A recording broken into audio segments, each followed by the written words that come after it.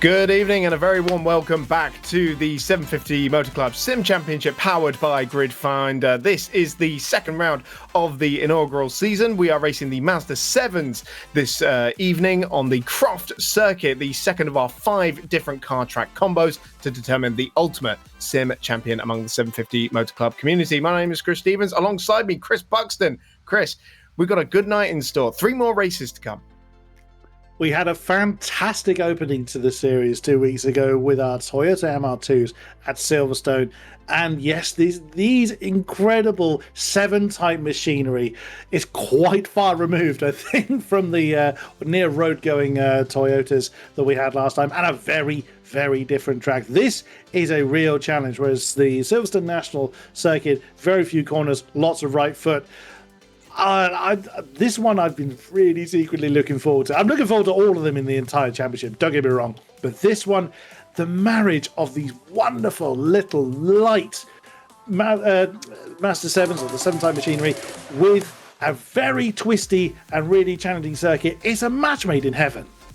Well, let's take a look for the first race of the night. It will be Trafford King once again on pole position, as he was at Silverstone for this evening. Then it's Colin Cunniff alongside him on the front row of the grid, and then John Powell in third. Our 3 race winners from Silverstone, locking up the top 3 on this grid. Then comes Adam Parsonage, who is second amongst the 750 Motor Club Championship itself. We'll get more into that a little bit later. Then comes Dan Jude and Jamie Peters-Ennis on the third row of the grid. Harvey Pullinger and Keith Whitby on row 4. Then comes James Madden and Finlay Tidmarsh completing the top 10. Steve Bentley and Ben Goodwin, championship leaders, starting all the way down in 12th place. Paul Jarvis and William Hartley line up on the 7th row of the grid. Then comes Daniel Marshall and Mark Crawford. Adam Zieber and Alex Forster. Pete Belsey and Andrew Cooper complete the top 20. Vaughan Jones, then Max Spooner, Jensen Swift, Alex Horan, Sean Warby, Alan Woodvine, Chris Humphreys, and David Hudson completing the order there. Once again, we've got a nice jam-packed grid for tonight's action. So, Chris, we've moved from the MR2s, as you mentioned, over to the Mazda 7s. If you're not familiar with the Mazda 7s Championship in real life, it's an offshoot of the low-cost championship. So those 7-type machines that you were talking about there, Chris. But the engine has been swapped out for a 1.8-litre VVT MX-5 engine, which gives them an awful lot more power. In something that weighs as much as a damp flannel. It is an incredible... I have a real soft spot for 7-type machineries, particularly these Master 7s. They look very... they look very inviting. They look very comfortable, and you just wiggle your big toe on that loud pedal, and it is going to catapult you into a world of fun, or into a different world if you're struggling to hang on to them. But yeah, 1.8 liters in these tiny little bodies. They are hilarious fun to watch from spectators. I bet they're as much fun to drive. You could, I haven't driven one. I'd love to even ride it as a passenger in one. I'm fairly big, so I'd act as a lot of ballast. But they look incredible fun, and the racing, like we see in single spec series, is absolutely intense. And with a circuit like this, Croft may not be as well known as some other circuits to a number of our spectators. The circuit racers tend to know Croft. It is a popular circuit way up north, but it's a great place. And like I say, these cars are really, really well suited to this. There's a lot of power to weight ratio is absolutely fantastic, but they're lively. You've got to be on your ball to keep them on the straight and narrow, but get it right, and it's amazing to see.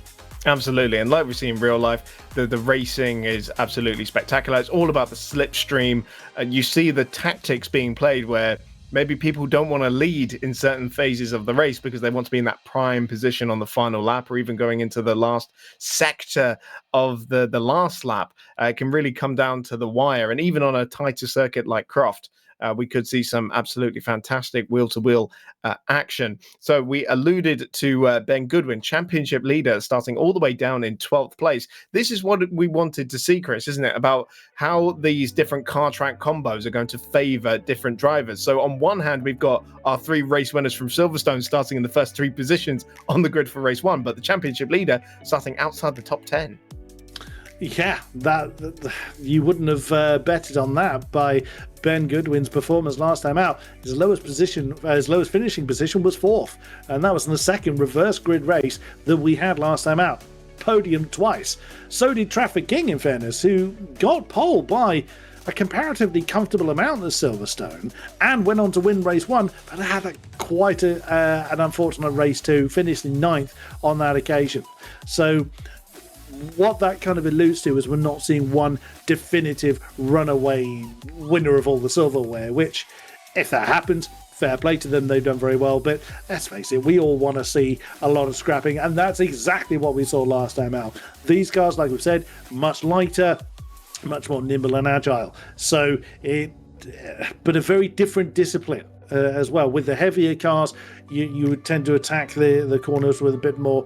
You need to kind of think about it a bit more, allow more time for the car and for the weight transfer in the car to get the power down just at the right time. These steer with the rear, get the power down as early as you dare to have the car rotate around. But exactly as you say, Chris, it's all about the slipstream. It's about knowing when to make that all crucial attack, whereas the Toyotas were about make the move when you can, again, because there's no difference between the cars. It's all down to the drivers. You've got to make those opportunities appear. Here at Croft, with these cars, it's tactics play a very important part, and there we are. We're starting to see the grid form, and that furthers my excitement. It really does. Absolutely. So yeah, Traffic King, safe to say that he was the pace setter last time out at Silverstone, but not having it all his own way. He is second in the championship going into this one. 7 points, in fact, separate the top 7 in the overall standings. That's Ben Goodwin, Traffic King, Colin Cunniff, Harvey Pullingham, John Power, Adam Parsonage, and Keith Whitby. 6 of those drivers ended up with a podium finish last time out at the Silverstone National. And then, of course, we have the sub championship as well, which is just for the 750 Motor Club members. That is being led by Trafford King, but only on countback, because he, Adam Parsonage, and Colin Cunniff are tied on 27 points apiece going into this second round of the championship. So definitely all to play for with 4 rounds still remaining. There will be 3 races tonight. The first race, the grid being set by the qualifying. Then we go into our top 10 reverse grid race. That will be set by the results of race 1. And then race 3 is based off of the results of race 2, but with no reverse grid there. So plenty to look forward to. And of course, these drivers are all playing for prizes to be won. All race winners will get the Track Titan training subscription, a 750 Motor Club trophy as well. All the podium finishers will get 750 Motor Club merchandise as well. But of course, the championship prizes on offer. The Moza Racing R5 bundle pedal and wheel combo worth £500, as well as a ticket to the 750 Motor Club Awards Night on February the 10th. That is the ultimate prize, as well as a training session from a current GT3 driver and a rig mat from Upshift Store. That's courtesy of AE Racing as well. And then that's for second place. And then third place will be getting the Track Racer seat mount kit, as well as a £50 Tegiwa.com voucher. So lots on offer in these remaining 4 rounds. As we take a look at the grid now, it will be Trafford King in the blue car starting on pole position, Colin Cunniff and the yellow car alongside him, then John Power, the red car. Our 3 race winners from Silverstone will be lining up on the top 3 positions on the grid. 3 completely contrasting characters as well, as we have the lights now ready for race number 1 in round 2 at the 750 Motor Club Sim Championship, powered by Grid Finder. We are away now. A very nice start made by Colin Cunniff from the front row of the grid. It looks like he's challenging on the outside line. This is on board a bit further down the pack. Plenty of jostling for positions. We go into Clervo for the first time. It is the pole sitter Traffic King who has just been able to hang on to his lead. Plenty of scuffling further back, and I thought for a minute Vaughan Jones might just have snaked his way through that, who we were on board with, but no such luck. And John Power has made his way through into second place with a great run out of the second corner at Hawthorne Bend. Oh my goodness, somewhat chaotic at the tail end of the field, but as we look at Colin Cunningham now, looks on the inside line coming down towards Tower Bend, can't quite get it done. John Power up in the second, like you say, an absolutely superb start for him. Adam Parsonage fourth in this particular group, hunting Colin Cunningham already. Now the rest of the field starting to kind of find their own little bit of real estate, riding on board with Finley Tidmarshall. And briefly, there's Daniel Marshall. So close again, as you would imagine, that these cars, like we said, much lighter, much greater power to weight ratio. So they do take some taming, but the reward is absolutely true. John Madden's gone off the road. You can see his name falling down the tower. But now the people starting to get a bit more of a feel for how these cars are going to behave. And then people starting to find where they are in the pecking order. Right behind Daniel Marshall is Ben Goodwin. You saw his car getting very sail happy as Paul Jarvis nearly hits the back of Ben Goodwin as we are already coming to complete lap one. Yep, rounding the hairpin for the first time at the end of lap number one. It is Trafford King, the pole sitter, who leads by nearly a full second to John Power and Colin Cunningham there in third place. We alluded to the three very different characters. Trafford King, the Type R racer, the youngster who was the top rookie in the field in real life this year. Then you got John Power in his 60s, who is the former Formula Ford racer and rally driver as well, who's turned to sim racing in recent years. And then Colin Cunningham, who has experience in the 750 Motor Club's Alfa Romeo Championship as well. So three very contrasting characters at the head of this field, and John Power just bringing down that gap ever so slightly. Here we can see Dan Jude, who is starting to sort of latch onto the back, but getting very wide out of Tower Bend, just dipping a wheel into the grass there.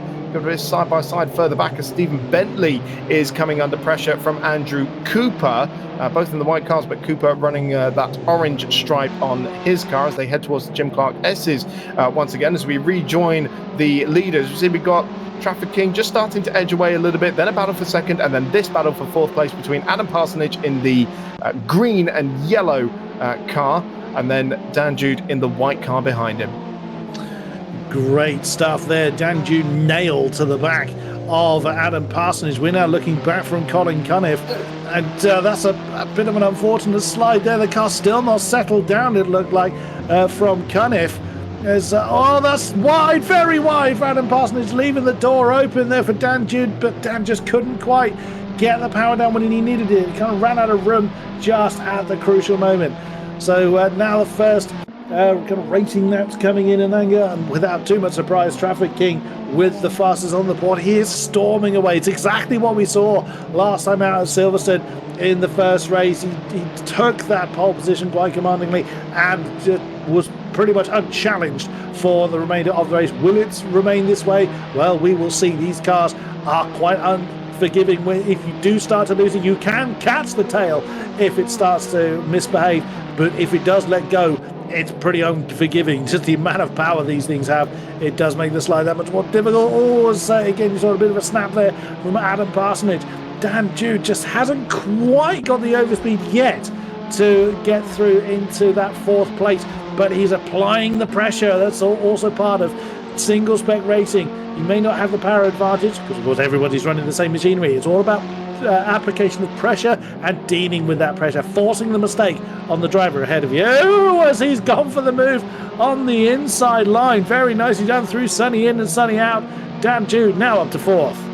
Well, I was going to say, if you're going to make a mistake on the lap, the best place to do it is the hairpin, actually, because it's actually very difficult to make a move on the inside line there work because you have to come in at such an acute angle and you compromise your run onto the front straight. But it looked like in sunny in there that Adam Parsonage just got it a little bit wide, and Dan Jude needed no second invitation there, as we've got a bit of bumping further back, and that is the yellow car. Is that Keith Whitby who has just made it into the barriers there, unfortunately, as Traffic King once again sets the fastest lap of the race, a 1:38.607. Remember, there is a bonus point available for that fastest lap, and he was some half a second quicker than John Power in second place last time around. We're a third of the way through this first race of the night, and Traffic King leading by over 2 seconds now. That is extraordinary.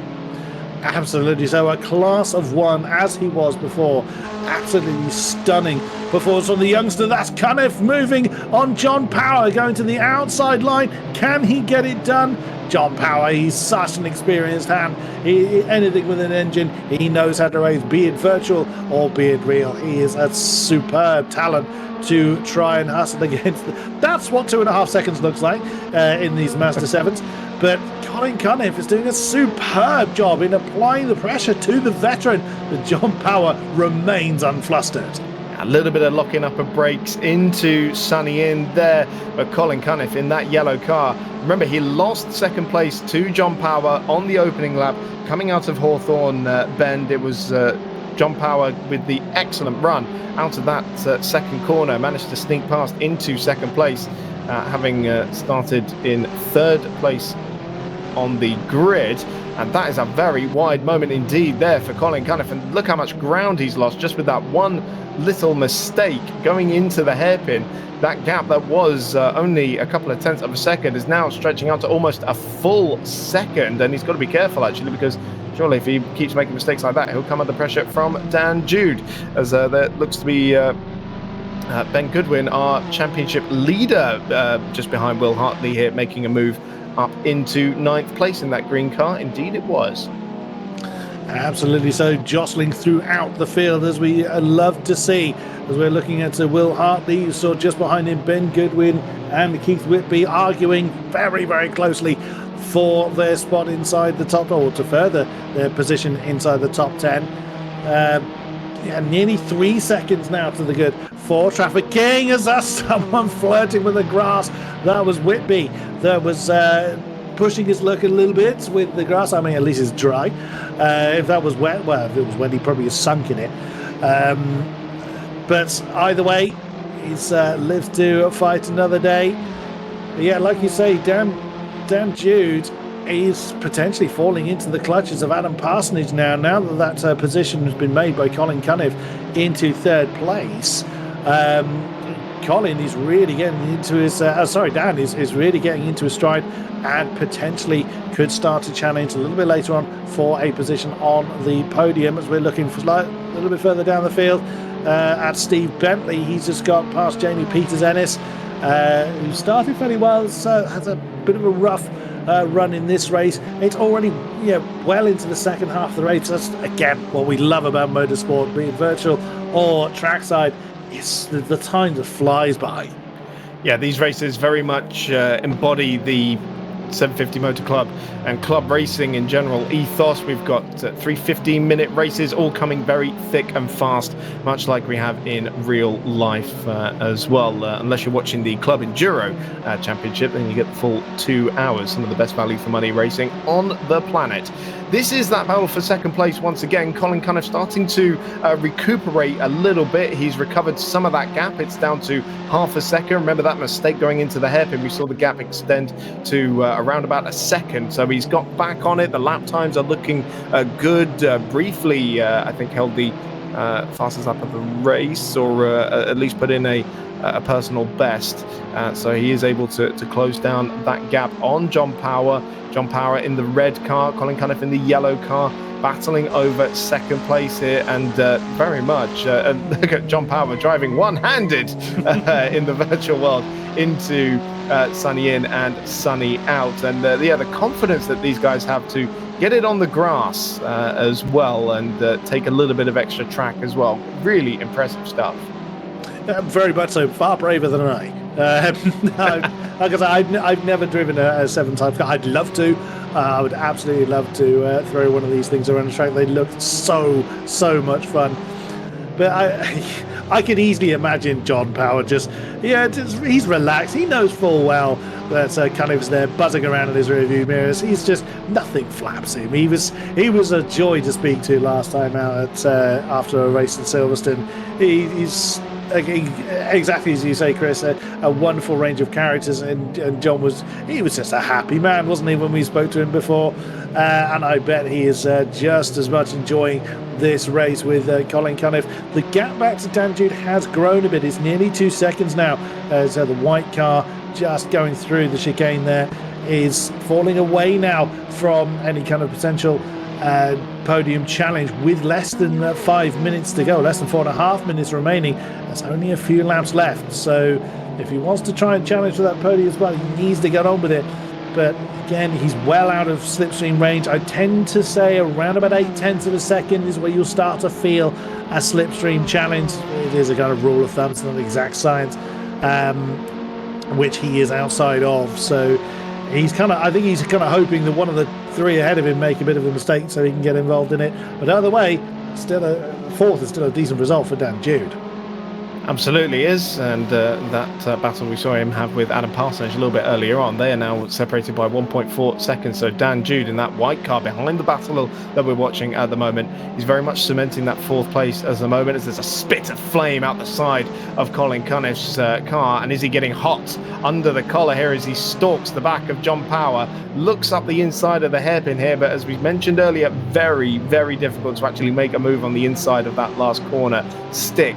So just over 3 minutes left on the clock, and the big question is, what order will our podium finishers be in? Will John Power be able to hang on to this second place as Trafford King's advantage grows once again? It's now 3.5 seconds as we enter the closing stages of this race.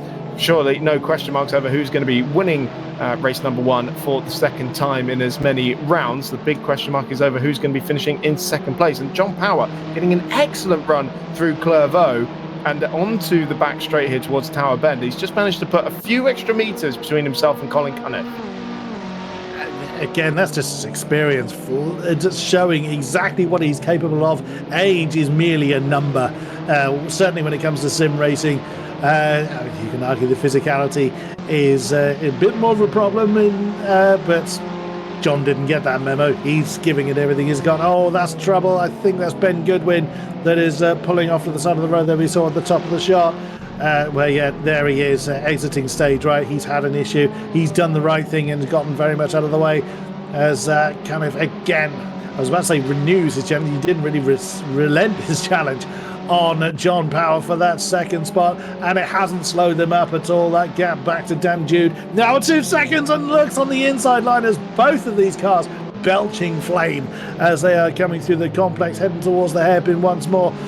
Oh, Colin Cunniff, he's trying every line. Look at the line differences between the two cars, but John is just parking his car exactly where it needs to be and making Colin really, really work for it.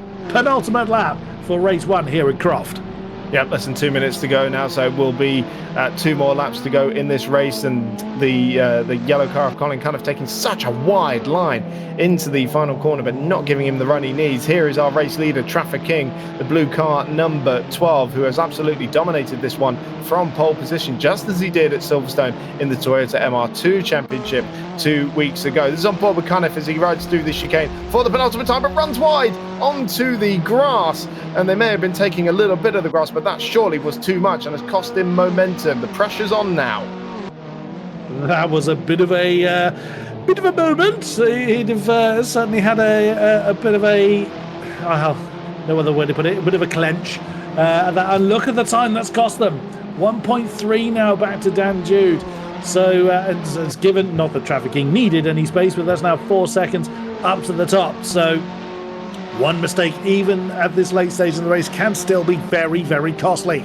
But at the moment, it hasn't caused a change in positions. We are approaching the start of our final lap for race number one. It is still looking as King, Power and Cunniff, the real standout talents from last time out in Silverstone. There's still time for anything to occur. Yeah, especially as look at this, the race leader coming up on lap traffic now, so he's going to have to navigate that as Trafford King comes out of the final corner, and we'll start what we believe will be the last lap of the race. So we should see the white flag out this time around. It'll be a last lap board in real life, but comes across the line onto his final lap. Confirmation at the top of the screen now, and John Power, Colin Cunniff go over the line, separated by only 0.2 of a second now. And the back marker getting well out the way through Clervaux. And now Colin Cunniff's going to be running out of opportunities soon. He's coming up to Tower Bend. Might well be his best opportunity to try and take second place away from John Power. He's close enough. He's got a good run here down the back straight, coming towards what is the biggest braking zone on this lap. Is he going to be close enough to take second place away from that red car of John Power? No, he's not, but Power locks up and has a big slide into the middle of Tower Corner. How on earth he managed to hold it together? That is astonishing, but he's really coming under pressure now. In his mirror, surely that yellow car with the black tip nose is going to be going bigger and bigger in his rear view mirror. Through the Jim Clark S and towards Sunny in and Sunny out now. Not really an overtaking opportunity in here, it has to be said. But he is right on the back, maybe into the complex. He might just be able to find a way through. This is the last lap of the race. Remember, Trafford King is well clear. There's nearly 5 seconds to the good, and Power's now feeling that pressure as he goes defensive into the complex. Cunniff trying to make it all the way around the outside, but he can't make it work. Can't get himself that high line for this next right-hander. It could come down to the absolute final corner as Trafford King makes his way out of that final hairpin and drags towards the finishing line. It's back-to-back race one victories for Trafford King, who takes another dominant victory, this time in the Mazda 7's Championship, and John Power is just going to hang on to second place after a race-long sensational battle with Colin Cunniff. Sensational, it certainly was. Still plenty of battling going on behind as we look at Alex Forster, who's got a great ringside seat of Paul Jarvis directly ahead, trying his best to get past Adam Zieber to get another step towards the top 10. It's not going to quite go their way again, still flirting with the grass, trying every pixel of space they can, but he has to stay where he is for that particular spot. There's Peter Belsey that is still circulating. It hasn't gone well for Pete, unfortunately, but still sticking in there. That's also something else that we like to see. Drivers not giving up just because lap one didn't go very well. So it's still playing on, still doing what he can, and still enjoying himself, no doubt. Again, that's something that's, whilst the racing is incredible and we do celebrate those that have finished towards the top, motorsport is done for the love of motorsport. Let's not lose sight of that. Absolutely. Big drama in the championship as Ben Goodwin, we saw outside the top 20. So we'll take a short break.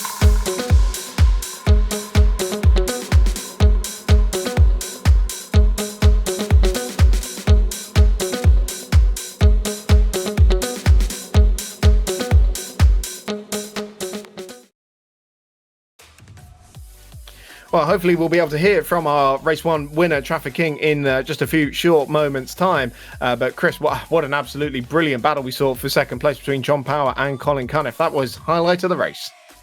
Oh, yeah, that was absolutely fantastic. Colin tried everything he possibly could to get that position, but John Power just knew exactly what he needed to do with it, save for that one lockup, that one slight chink in the armor that we saw from the veteran. It made no difference anyway. He knew exactly how to just keep his head, keep his cool, and ultimately keep Colin Cunniff behind. But it was a fantastic race. It certainly was. Of course, coming up next, it will be the top 10 reverse grid race, and it will be Daniel Marshall, who finished 10th in race one, starting on reverse grid pole for the next one. He himself, no racing experience, but for the last 2 years, he's been helping his brother David race in the Five Club Racing MX5 Championship, also part of the 750 Motor Club. So very much, still very much in keeping with the 750 Motor Club theme. Now let's see, we think we can now have a word with our race one winner, Trafford King. I mean, Trafford, it was just like Silverstone all over again. Absolutely dominant out there. Hello, we're in. Are we in? Hello. Yes, we can hear you. Yeah, it was. I just thought I had to get away there because I saw everything happen behind into the first corner. I know it gets tight at Croft, so it was just a case of getting out of the way and then just managing it from there, I think. Yeah, absolutely. How are you finding the transition between going from the MR2s last time out to this Mazda 7's championship? Of course, the big part of this sim championship is going to be the 5 different car track combinations. So how's the switch been? Yeah, they were a bit lazy on weighing corner entry and everything. These can be, you've got to be really smooth with them because they're just so snappy. Like they're easy to go fairly fast, and then to go properly quick, you have to really push them. So it's a case of just reeling it back a little bit, I think. Okay, so just making sure you don't overdrive the car in a sense. Yeah. Okay, yeah, great. So. Well, yeah, I love how you say it's easy to go fast in these things. I think people such as myself might argue that kind of statement, but we'll see. We'll have to give it a go sometime. Obviously, we saw quite a bit of carnage in the first corner. Clervaux, it's quite a tight corner. You've now got to do the next race from 10th on the grid, and race 2 last time out was your weakest result. So how are you feeling going into the next race? Yeah, last time I got a little shoulder barge coming out of Cops, and as soon as I got on grass, that was it. I was in wall and everything. I think I ended up about 29th at one point. So I don't really know this time because Clervaux's a lot tighter, so it could all end in tears, but we'll see. Okay, what's more favorite, inside or outside? I'd say inside. I've been on outside twice in real life now, on my first ever race weekend, and I think I went through gravel both times. So yeah. Do you know what? I think I remember that moment. Yeah. All right, fantastic. Chris, anything you want to add? How do you approach driving the 2 cars? You said the Toyota was very lazy, it's much heavier cars and kind of more difficult to coax into life. Do you approach driving the Mazda 7 in a different way? Do you prepare any differently? I think with the MR2, it was more just lean on it, under braking, and just keep it in a straight line, which is quite similar to these because they lock wheels up for fun. But the rear seems to snap a lot quicker on the Mazda, so it's a case of just trailing it in nicely, in probably even more in a straight line than the MR2, and then just trying to stay smooth, I think. I'd love to give these things a try, but I dare say it probably wouldn't fit in it. Well, the grid is now being formed. We'll let you get off. So great win as last time out. Thank you very much. Traffic King. Cheers. Race 1 winner, Traffic King there. We'll be hoping things go a little bit better in this race number 2 than they did last time out at Silverstone. I mean, Chris, as he mentioned there in that interview, it was all a bit hip and shoulder at the start at Silverstone, and Clervaux is a very tight first corner to be going into, followed by a very tight chicane after Hawthorne's Bend as well. So anything could happen, really. Very true. The thing with the Toyotas, though, because of its kind of closed wheel nature, you can get away with it. It's not quite the phrase I mean, but it's less consequential to go door bang. You try door banging in these things, and it's a disaster waiting to happen. So hopefully we'll see a bit more kind of caution coming into that first corner, first time around. But then we did see a little bit of mishaps, as I would say, in race 1. It was somewhat enthusiastic, but time will tell. It is what we can really say to that. The grid is being formed. You've always got that kind of apprehension, haven't you, before we head to the race. But before we head there, let's have another word from our sponsors.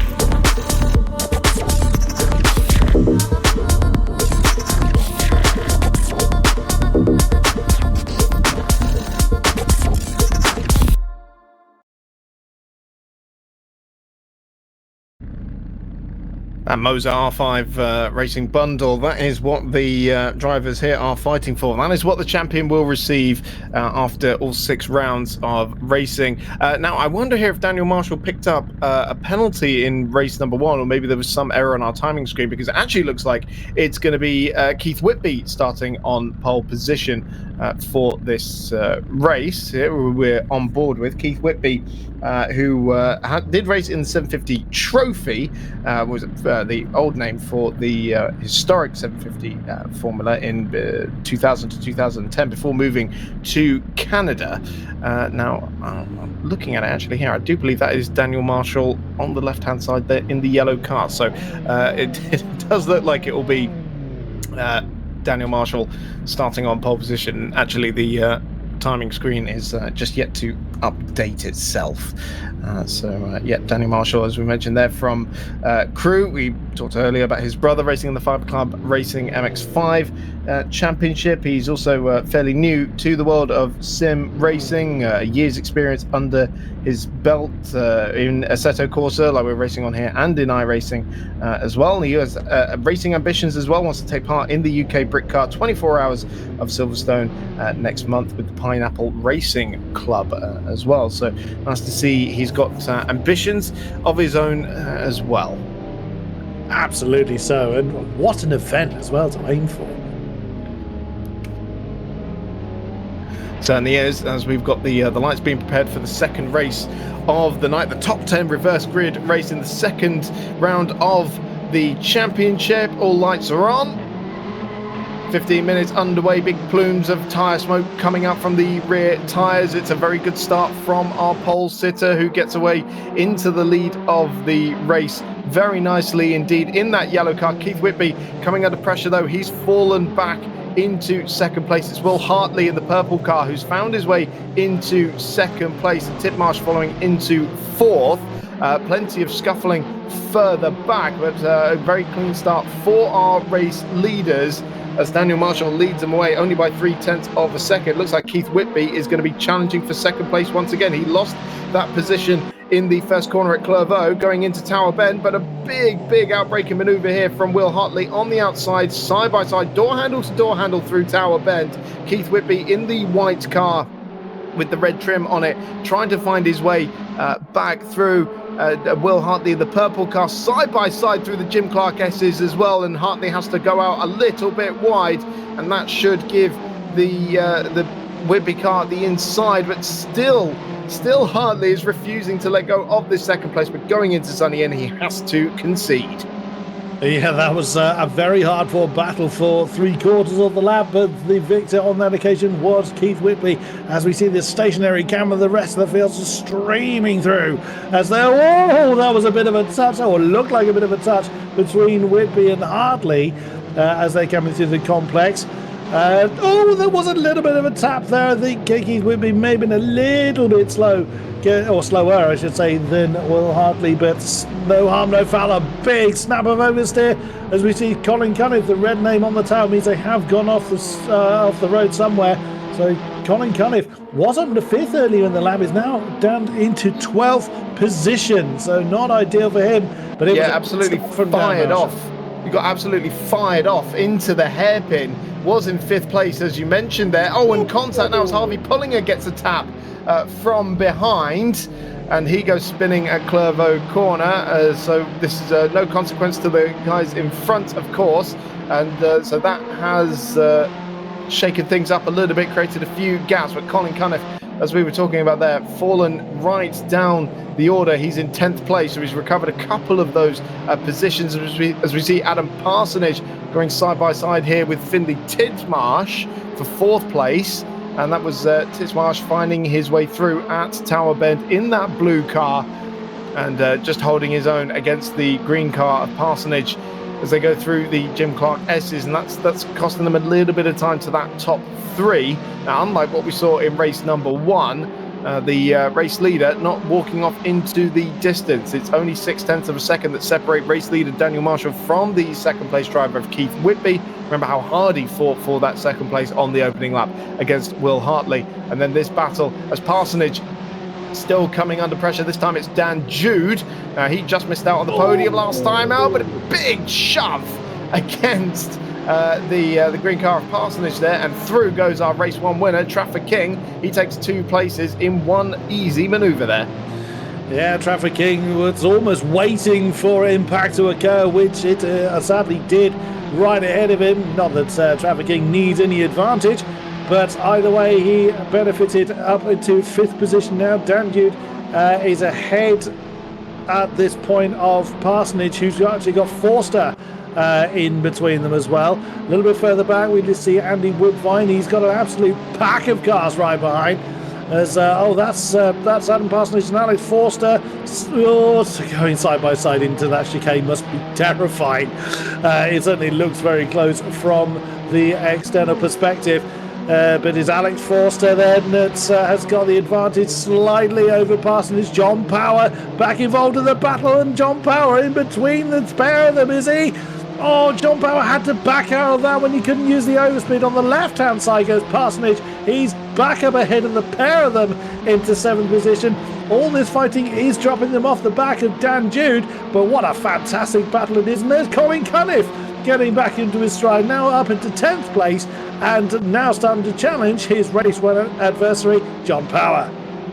It looked like Parsonage got a little tap from the rear there from John Power, just coming into Sunny in and Sunny out, but still all pointing in the right directions. We see Colin Cunniff behind them making a move to the outside as well.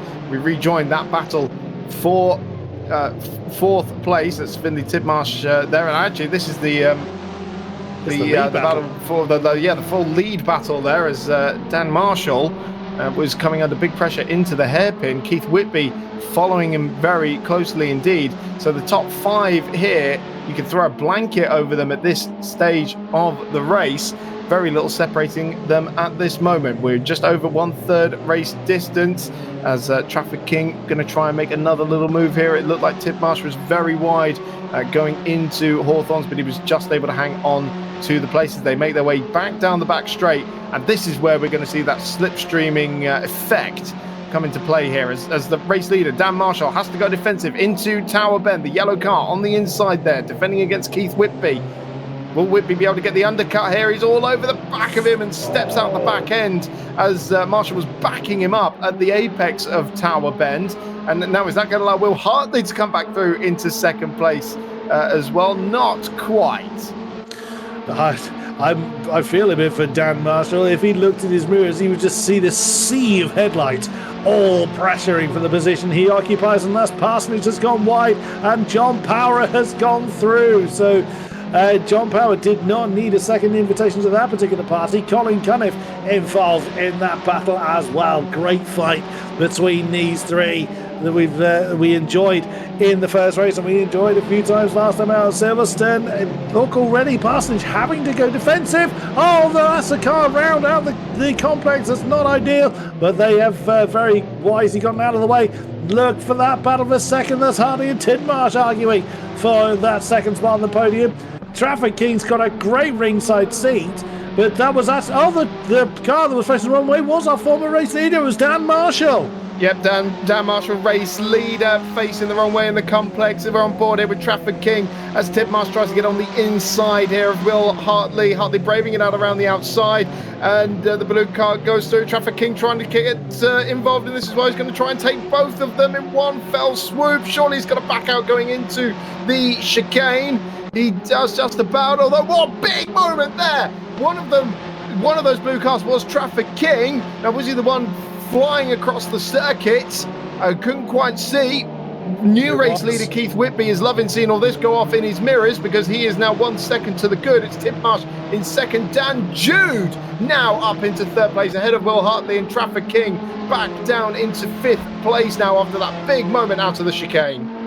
2 cars at Sunny in for Dan Jude. Talk about opportunistic, but Will Hartley trying to get on the inside line. That's forced Jude too wide. Oh no, impact between the two. Jude has gone off into the grass. Now Trafford King has taken the opportunity to get 2 and up into 3rd place, but Will Hartley's not letting that stand.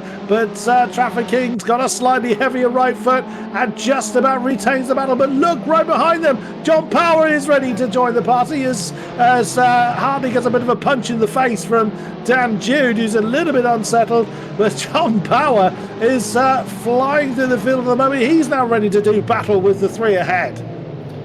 Jude on the inside here in the white car, and Will Hartley in the purple 15 machine trying to get underneath him at the hairpin. Going to go side by side here. The red car of John Power, who finished second in race number 1, trying to get involved in this as well. Dan Jude will have the inside line going into Clervaux unless John Power can find his way through and take both of them in one manoeuvre. This would be extremely brave from John Power, and he makes it work. John Power up into 4th place as Will Hartley had to take to the gravel. He's fallen down the order. He's fallen down to 8th place. So the man who was looking at a podium place just a few corners ago, now in the bottom end of the top 10. Good grief, in the blink of an eye, the whole top 10 is all completely changed. Absolutely amazing stuff. And look, that's Jude and Conniff side by side as they are coming. Goodness me, you can barely read the names out before they change your position once again. Absolutely fantastic start through Sunny in, through Sunny out towards the complex. They're still side by side, neither of them wanting to give credence to the other. But finally, Dan Jude manages to keep Colin Cunniff behind, and then Adam Parsonage ready to do battle with them. If they all come together. The Trafford King is having a much better second race than he did last time out, because 1.3 separates himself for the battle for the lead. Absolutely, that battle for the lead very much closing up indeed. Keith Whitby coming under big pressure from Finley Tidmarsh. Keith Whitby, the former 750 trophy racer we were talking about earlier, going very defensive into the hairpin. Number 12 of Finley Tidmarsh, the blue car there with the white trim, tucking back into the slipstream.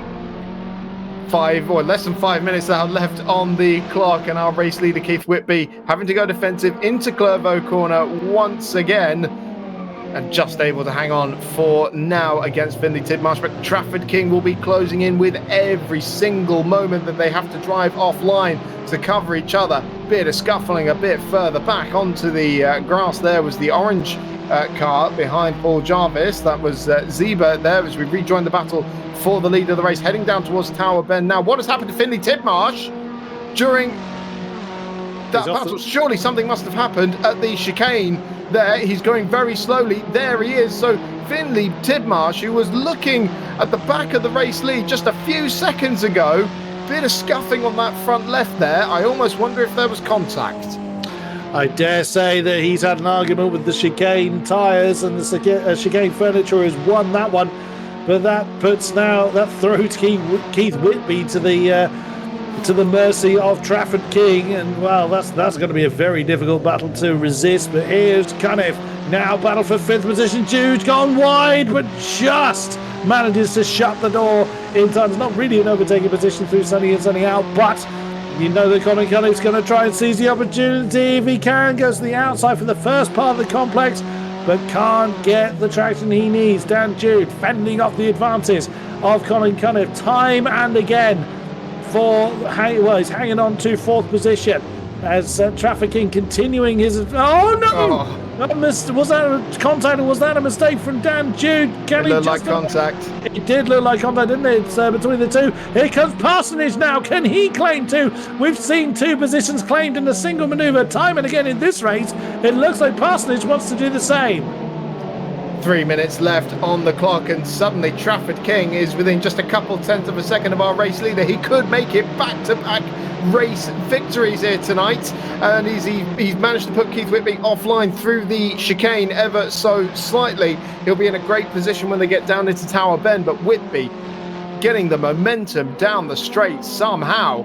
John Power is not far behind them as well. He's only 1 second behind it. 2.5 minutes remain, and the battle for the lead is absolutely wide open as we see Colin Cunniff here on the inside of Adam Parsonage for 5th place. So it looks like he relinquished a bit of the pace he gained after that incident with Dan Jude down at the hairpin, led him back through by the looks of it, but still coming under pressure from Parsonage and Will Hartley as well, who's on the recovery after that moment at Clervaux. a few laps ago. So Colin Cunniff here, of our sort of 3 leading drivers from the last race, Cunniff in 5th position there, but behind John Power, behind Trafford King as well. That's not going to be doing him too many favours in the championship, of course. We've got less than 2 minutes left on the clock, so I think we will be going on to the penultimate lap of the race now, and the leaders are separated by just a quarter of a second, even less than that. And I think through the hairpin, Trafford King might well have just got very, very close indeed. Here they are. So I think this will be the last lap now, actually, because we've got 1:30 left on the clock, and it's 1:39 or so for a lap. So we'll wait for confirmation at the top of the timing screen. Trafford King haunting the back of Keith Whitby's car, going for a second race win of the night in this top 10 reverse grid race, and a tighter line here for Trafford King, trying to get himself the inside line for again. He's just drawn a tiny little overlap, a beautiful switchback at the chicane, and they are now side by side going down the back straight, but he will have the outside line for Tower Bend, so it's going to have to be a big outbraking manoeuvre on the outside as Trafford King breaks towards the outside. Keith Whitby is going to try and hold him back, door handle to door handle through Tower Bend. Still, they are not letting up, but Trafford King's got the momentum. He should be able to draw clear by the time they get into the Jim Clark S's, and Trafford King takes the lead of the race with a beautiful manoeuvre. It took several corners to set up and execute. Can Keith Whitby strike back at him? Can John Power get his nose in there as well? 30 seconds left on the clock. Big lockups going into Sunny Inn, and I think Keith Whitby might just be losing out here a little bit. John Power with a bit of momentum going towards the complex now, so this could be it for Trafford King. Could be sorted out if these two are going to be squabbling for second place. John Power tries to get around the outside. He can't do it. He'll have the outside line for this next right-hander as well. Still no sign yet of actually whether this is going to be the last lap. I think it is, because we're coming up to just a few seconds left on the clock. Here's Trafford King, locks up his brakes. Keith Whitby tied to the inside as well. It could be a drag race to the checkered flag for second place, and the checkered flag is now out. Trafford King, back-to-back victories in one night. Sensational. And Keith Whitby just hanging on to second place after losing the lead on the last lap. John Power in third. Wow, what an incredible battle, and still fights going on further down the field. That's Paul Jarvis losing out to Ben Goodwin, who was the championship leader coming into this round. I fear that challenge may well be somewhat changed after this race as they now come home. Paul Jarvis just with that tiny mistake at the end, losing a couple of spots. With those that have had a slightly less fortuitous race now coming home. Here comes Belsey and Bentley coming home in 20th and 21st. Few more cars then continuing their tour here in Croft. But what an incredible race we've been treated to.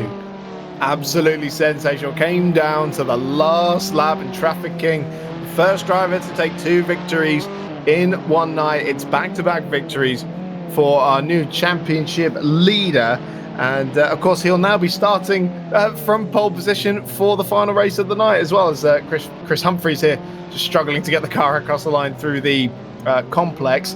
For Keith Whitby, that is his first podium of the season as well, so congratulations to him. He had a series of good finishes, a best finish of 4th at the first round at Silverstone, followed by 2 second place finishes, so his first podium of the season there.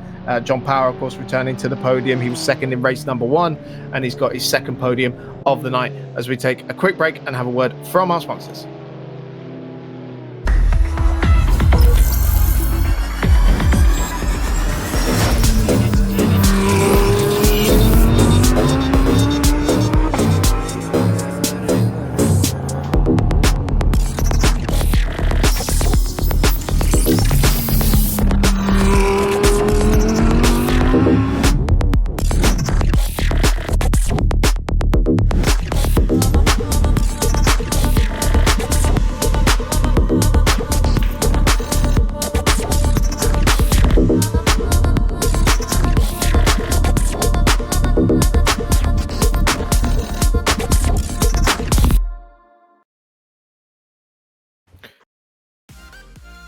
Well, what a race we've just been treated to. That top 10 reverse grid race. I mean, the reverse grid races never disappoint, but that was something else.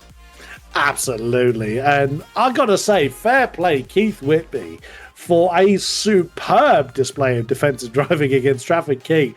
who has proven himself on the real track and on the virtual track an absolute force to be reckoned with. But Whitby gave him everything. It was absolutely fantastic. But an amazing performance. Speaking of, Keith doth join us. Keith, are you with us? I am. Hi, how's it going? Very well. So I was just singing your praises. I was so impressed by your defensive driving. But how did it feel from your perspective? Like I was being hunted. I could see Trafford coming from sort of, I don't know where he started, but just sort of climbing up the ranks, and I was just kind of waiting, to be honest, to do my best. But I mean, you did not make it easy for him whatsoever.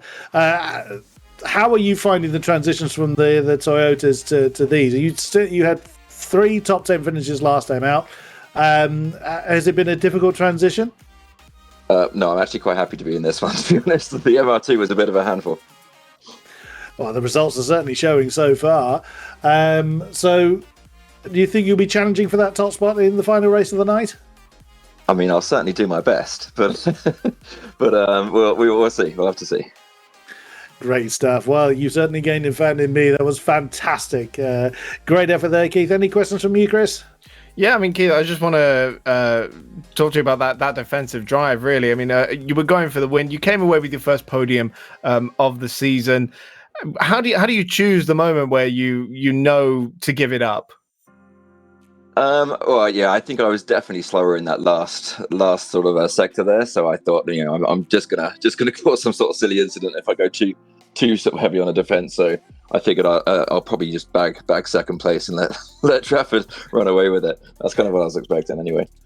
Fair enough. I mean, we've come an awful long way from your 750 trophy days. That is for sure. And of course, you're not even joining us from the UK anymore. All the way over in Vancouver, right? That's right. Yeah. It would be a bit far to jump over for the races these days. So I just my dad's still racing actually in the 750 club. Probably watching right now actually. So hi, Dad. But yeah, no, it's been a little while since I've been on in real life. But it's over in Vancouver. It's not quite so easy to sort of jump on the track out here. Yeah, absolutely. Right. Well, we'll let you go because I think we've got Trafford waiting for a word as well. But all the best for the final race of the night. Appreciate it. Thank you. Keith Whitby there was second place in that race. Oh, so close to his maiden victory, but came away with the maiden podium instead. And we do now have Trafford King joining us once again in the commentary box. I mean, Trafford, how on earth did you manage that? 10th to 1st. That was astonishing. I honestly don't really know because there was a load of pushing and shoving in that one, unfortunately. But yeah, it was interesting, to say the least. Interesting in what way? Getting through the order? I mean, we saw there was a bit of argy-bargy in there. You benefited from some of it hampered you a little bit, but in the end, you came away with the win. Yeah, I think it's just Croft in general. It's just so flowy. Yeah. So if you're making a move, you're probably going to make contact at some point. Okay, well, talk us how you set up that last lap maneuver, because it seemed to, even though the move was done into the Jim Clark S's, the work seemed to start all the way back at Clairvaux. Yeah, well, coming out of the chicane, just before, obviously setting up out of Clairvaux, and I just thought I'd go inside, just try and tuck in, and then Keith got quite a good run, so I thought I'll tuck in behind again, and decided to brave it out for some stupid reason, but it worked. Well, yeah, it definitely did work, and it's definitely been one of the most entertaining moments of the night. Of course, the big benefit of that is now you're starting on pole position for the last race of the night as well. Yeah, definitely. So hopefully we can get away again, avoid anything in turn 1. Can you do 3 from 3? We'll have to find out. All right. We'll let you go because the race 3 grid is now setting up. But good luck for the last race. No worries. Cheers. Trafford King. I want to say making 750 Motor Club Sim Championship history, but it's quite a short history at the moment. But still, can't take anything away from him. Absolutely astonishing, and seems to be doing the best with the switching between the cars as well, which I think is going to be the real key difference in in this championship. Of course, that's what it's all about. 5 different car track combinations, and of course, next time out will be in the Type R trophy cars as well, and that's what he raced in real life. At Cadwell Park, I adore Cadwell Park. I'm big fan. And I can say from personal experience that the mountain is not a joke. It is aptly named. I had quite a funny moment at Cadwell. One of the marshals saw me waiting for the race to begin, and because I'm, like I say, somewhat of a larger character, he thought, I'm going to have some fun here. He said, "Oh, do you want to walk up the mountain with me?" I said, "Oh yeah, come on then." Thinking, "Oh, this will be all right." I was about dead by the time I got to the top of it, and this marshal was giggling away to himself. But it's Cadwell is an incredible place, and it's such a very testing, very tricky circuit. But the scenery around it, much like Croft actually, is absolutely beautiful. It's such a great place. Love it. Certainly is. For now, though, we've got to finish things up at Croft. One more race to come. It is not the reverse grid race, but it is based on the result of race number 2, and that is coming up next, right after this break.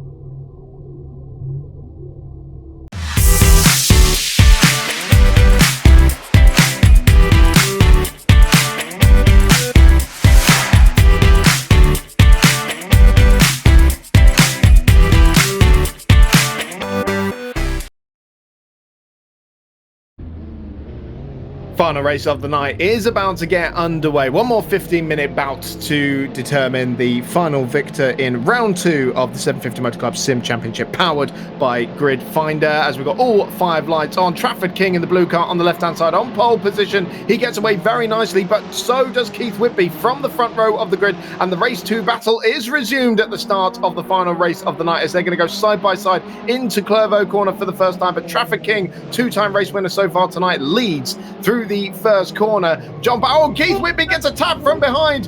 Big mess from the second corner. Plenty of cars going for a spin. I think Dan Jude was involved in that as well. He was from 4th place on the grid, and John Power as well might well have been caught up in that, as well as Colin Cunniff were on board with, trying to navigate his way through the order. And he's got that looks to be Peter Ennis alongside him as well. So I think the question is, what happened to John Power as well? It looks like he may well have fallen down the order, as we've got plenty of shuffling going into Tower Bend. But for Trafford King, it's an absolute dream start. He's 1.4 seconds clear of Adam Parsonage, who's been the big victor in all that, with Will Hartley in 3rd place as Alex Forster gets forced off the road in the red car. Plenty of cars having to take to the runoff through the Jim Clark S's as well. Oh wow, again, several into one doesn't go, as we've proven pretty much every race of the evening. And yeah, John Power down into 19th position, somewhat of an innocent victim, I think, in everything that transpired right ahead of him. But yeah, Jamie Peters Ennis wasn't with us last time out in the MR2s.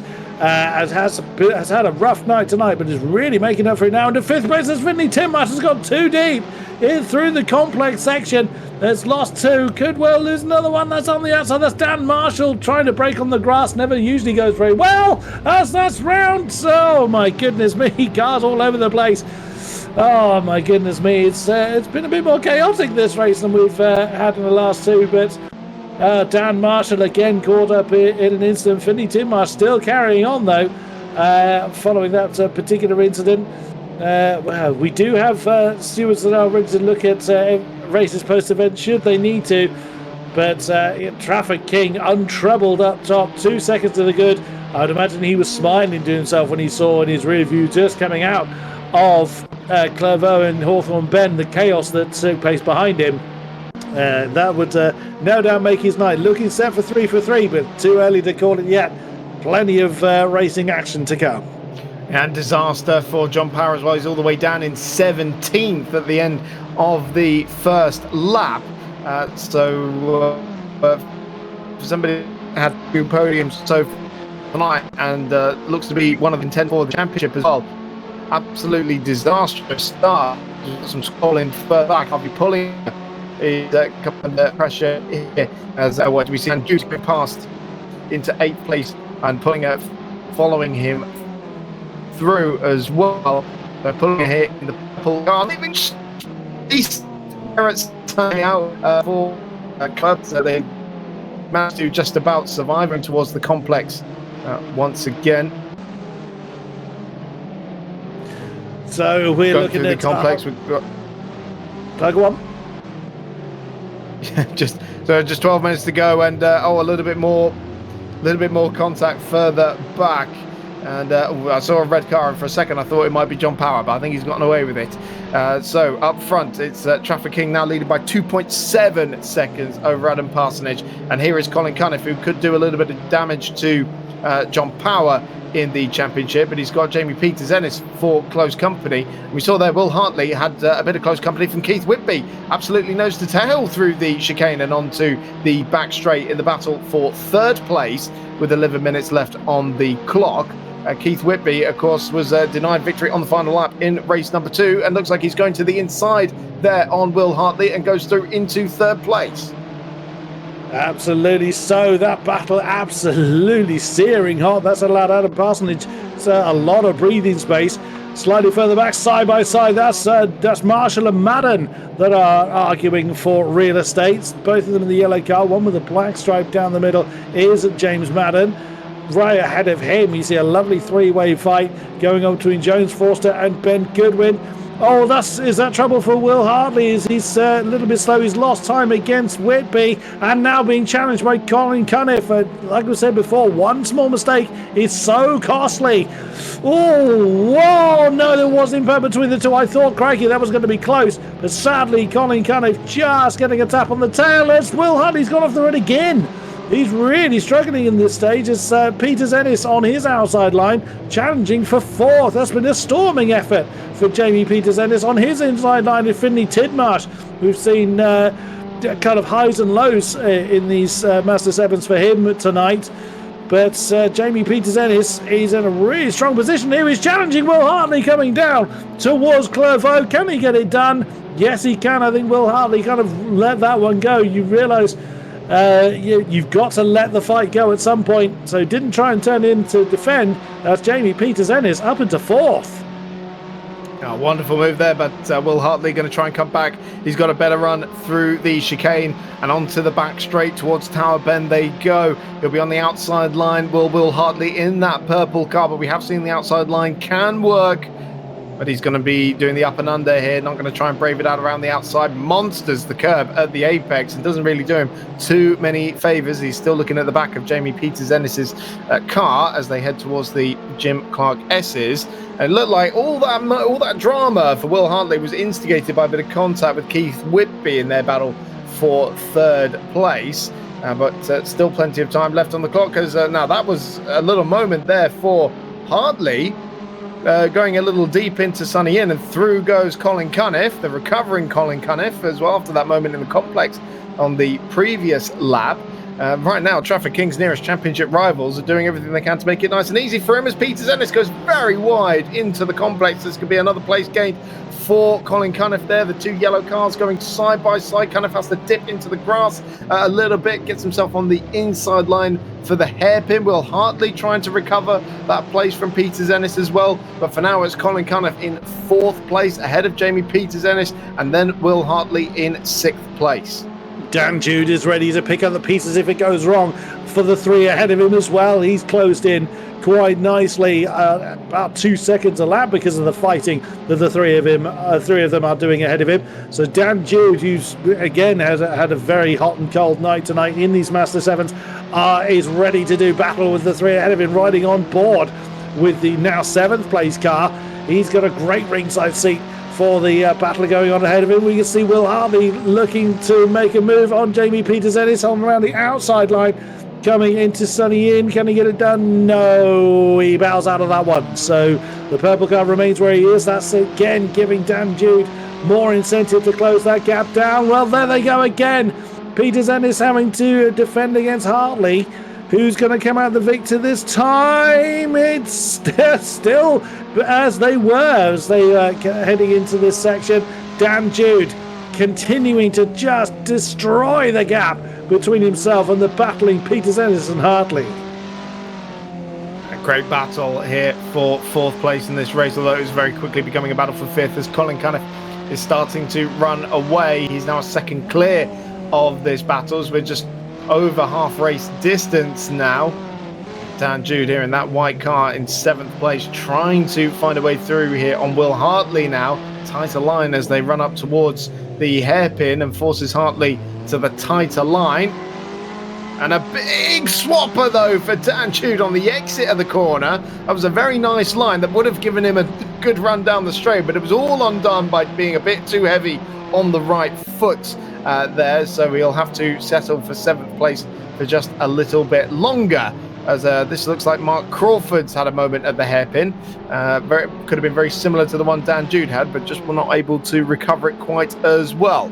As Trafford King now 6.5 seconds to the good over Adam Parsonage, who's in turn 3.5 seconds ahead of Keith Whitby, and then 2 seconds clear of Colin Cunniff there as well. So this is the closest battle on track by the looks of it at the moment. This battle for 5th place with Jamie Peters-Ennis ahead of Will Hartley, and then Dan Jude here recovering from that moment we just saw at the hairpin, trying to get back onto the rear of Will Hartley's car. And Harvey Pullinger's not too far away from these guys as well. He could very well show his nose if they start squabbling. Very true indeed. Dan Jude getting very close once again to the back of Will Hartley. What can they do this time? And Dan Jude's car getting very, very uncomfortable. Again, he's a little bit too heavy on the throttle. Easy for me to say from the commentary box, I grant you. But the car just getting a little bit unsettled. Too many horses being delivered to the back wheels at the point where the car's probably at its lightest, with the weight being transpersed over to one side as Dan Jude now gets the inside line on Hartley coming up into the final turn.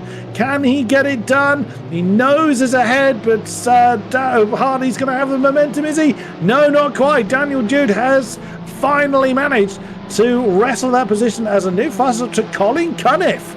He's managed to get the fastest up from Trafford King. Well, our race leader, all series I say series dominator, certainly a Master 7 leader. Will he be able to get that one back? Oh my goodness me, not a common overtaking spot, and that's possibly why there's not a lot of room there as Jude and Hartley come together. Now that's allowing Pulling to close in.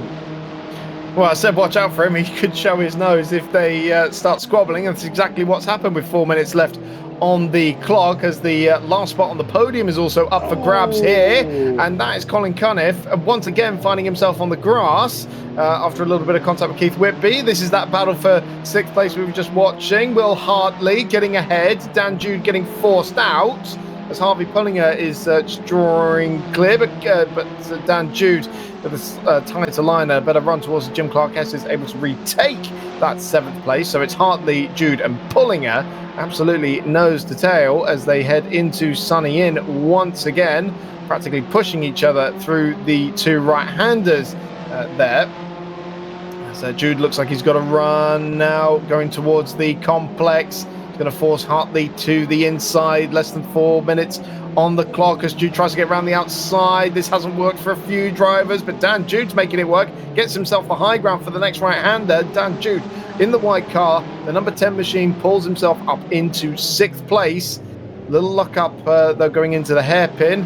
and it could well come under pressure from Hartley and Pullinger behind him, as we've got Max Spooner and Adam Cooper going side by side into the chicanes while squabbling over 9th and 10th places. And then we rejoin the battle for 6th. Dan Jude with the momentum, able to repel the advances of the two cars behind him for now, and he might well consolidate that position now and try and scarper off down the road. Less than 3 minutes to go. Traffic King leads by nearly 8 seconds now. Again, a show of one, a standard of one from Traffic King. It was a lovely move from Dan Jude coming up into the final turn last time around, starting to give himself a little bit of breathing space. Here comes Pullinger on the inside line from Will Hartley. Is the purple cars are going to swap round? We will see. They're still side by side. Hartley has something to say against his new pursuer, and Pullinger decides to slot in behind. It's not a bad result for Pullinger at all. I think he had I beg your pardon. He actually started today's round in 4th, so he was a podium sitter from Silverstone. So actually, this evening he's not gone as well as Harvey Pullinger would like. But either way, he's trying to make up for lost ground. Can't quite get the momentum on Will Hartley, and that is giving Dan Jude the opportunity to do, as you say, Chris, just get away from these two and start to chase off after Jamie Peters-Ennis. I'm not sure he's going to have enough time to do it, as Traffic King has started this lap, so 2 to go for these amazing cars. It's a shame. I know I said this last time. I want to redo it. Let's have another 3 races in these cars. But I think these cars have been more warmly greeted than the Toyotas from last time. And what amazing racing we've seen thus far.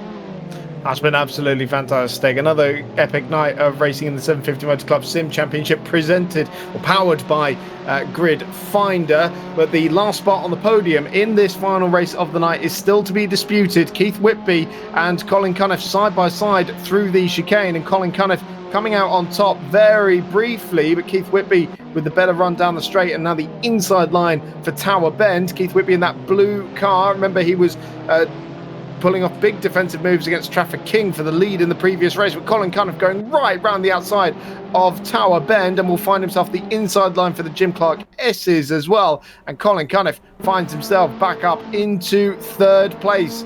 Now, this is all feeling a little too familiar for Keith Whitby, I'm sure. Can he find a way back through on Colin Cunniff, I wonder, in the remaining lap and a half that I believe we have? Remember, Colin Cunniff has that fastest lap of the race as well, so he'll have a bonus point for that as well. One to take away from Traffic King, that's for sure, unless he can do anything about it on the last lap of the race, which he will be starting very shortly. Here is our race leader, who's been absolutely untroubled in today's race, this particular race. It's an absolute night and day compared to the reverse grid race, where he worked his way up from 10th on the grid. No dramas at all for Traffic King in this race, and Adam Parsonage will have a very comfortable 2nd place finish as well. It will be a 2nd podium finish of the season for him. As Colin Cunniff is across the line in 3rd place as well. And these two purple cars of Harvey Pullinger and Will Hartley still squabbling over 7th places. We are now on the last lap. Will Hartley on the inside of Clervaux corner, trying to take 7th place away from Pullinger. And that's a very simple maneuver for Hartley in the end, but can Pullinger do anything with it? He's trying to find that tighter line on the route through Hawthorns and towards the chicane. And he'll have a slipstream down the back straight, that's for sure. And this could be another battle that goes right down to the final corner, as they're side by side once again going down towards Tower Bend. And Harvey Pullinger just pulling ahead on the outside line, very briefly under braking, but Will Hartley stands his ground on the inside line, still having to cover off Will Hartley here as he looks towards the inside of the Jim Clark S's, and side by side through that little kink, and he has to go off the circuit there, does Pullinger, and in doing so takes the position. Well, there may be words said about that, but there are no words you can offer in defiance of this man. Car number 12, Traffic King, a dominant performance again. He's done the triple, and the winner for race number 3 for tonight. Absolutely amazing. Traffic King was unchallenged following the first lap. Adam Parsonage comes home in 2nd position. He'll be pleased with that. but chasing Colin Cunniff home for the podium is Keith Whitby. Jamie Peters-Ennis, been a bit of a rough night, but finishes on a high of 5th place. Then Dan Jude in 6th. There's the Pulling and Harley. They settled their dispute 1.5 seconds apart in the end. As Adam Cooper trying to get something on Max Spooner. Max Spooner all the way up in the 9th position. They remain where they are on the board. There's still plenty of cars again. All ferocious fighting, but what great racing once again we've enjoyed from the 750 Motor Club. Absolutely astonishing. It's two Type R trophy drivers in the front two on that particular occasion. Trafford King, the top rookie in Type R this season, and then Adam Parsonage, who was rejoined the 750 Motor Club and done Type R trophy this season as well. I'm also looking to do it next season as well. And actually a former low-cost racer more than a decade ago, but surely that might have helped him in this particular championship. Of course, the Mazda 7s being an offshoot of the low-cost championship.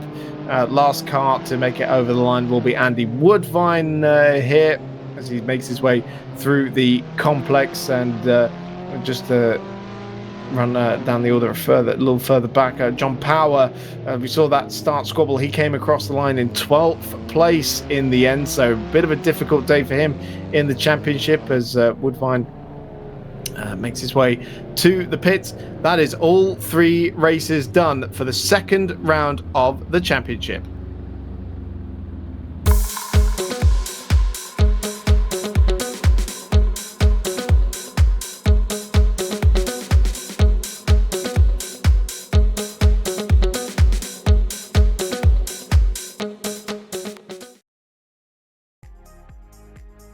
Wow, what a night it has been. Trafford King has done the triple. An absolutely sensational performance from the Type R Trophy racer.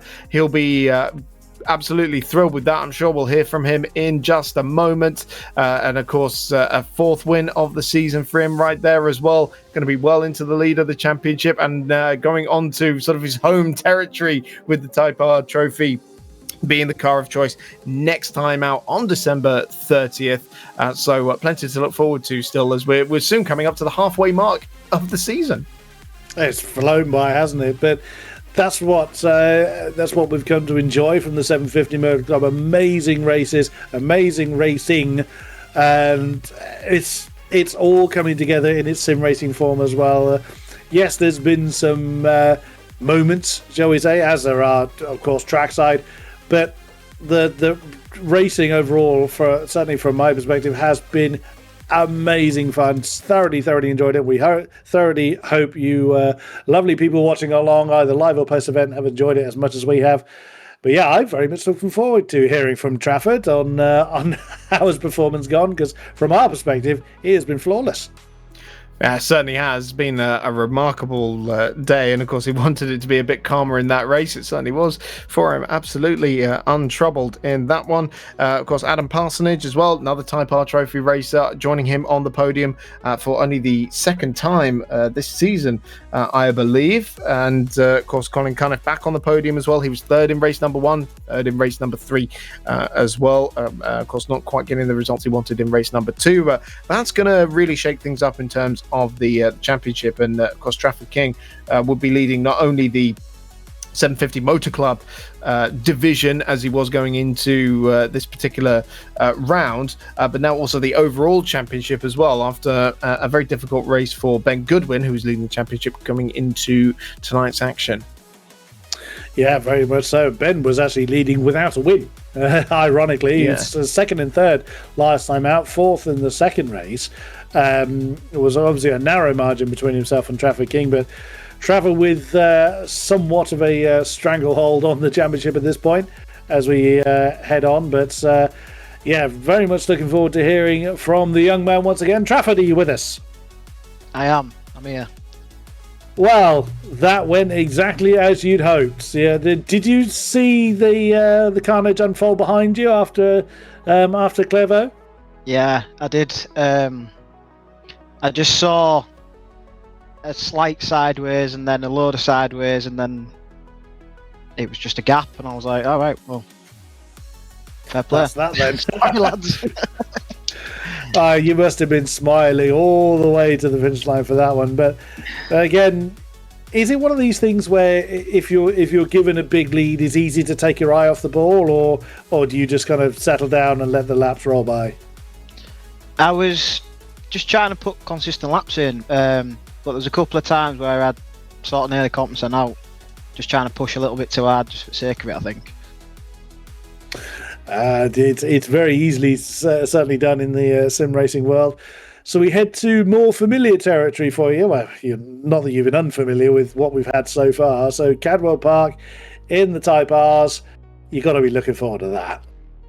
Yeah, that should be an interesting one, but it'd be good fun, nonetheless.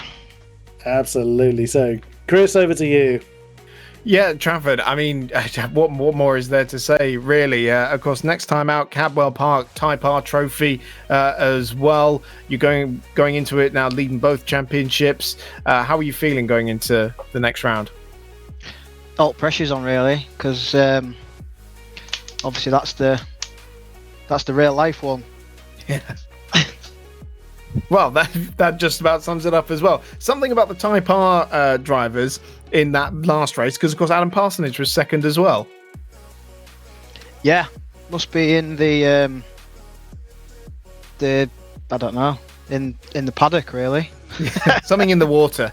Yeah, something like that. All right, Trafford. Well, congratulations on a perfect night, pole position in all three races. You were denied the fastest lap point right at the end by Colin Cunniff, though. So it's not a perfect haul. I saw that and tried to line myself up for the next lap, but I couldn't put one together. Oh well, it's as good as it's probably going to get. So well done. We'll see you next time out. Perfect. Cheers. Well, that wraps things up from the second round of the 750 Motor Club Sim Championship, powered by Grid Finder. If you are a member of the 750 Motor Club, then do, of course, remember the closing date for entries for the Plum Pudding races, the Boxing Day tradition at Mallory Park. The closing date is coming up in just a few days, 9 a.m. on Monday, the 20th of December. So if you want to take part in those races, then make sure you get your submissions in to the 750 Motor Club in time for that. Of course, remember as well, there is still the early bird registration for 2024 as well. You can get in before the 22nd of January. Which is when will be open to everyone else. You'll be able to get a discount and a few extra sets of tyres as well. All the details there on the 750 Motor Club website. And if you haven't seen, the live streaming dates for the 2024 season as well have been announced. So go and check it out on the calendar to see which of your races are going to be live streamed next year. And the new Paddock Show social media coverage coming for next year as well. Very exciting times for coverage of the 750 Motor Club. Chris, before we say goodbye, any closing final thoughts from you?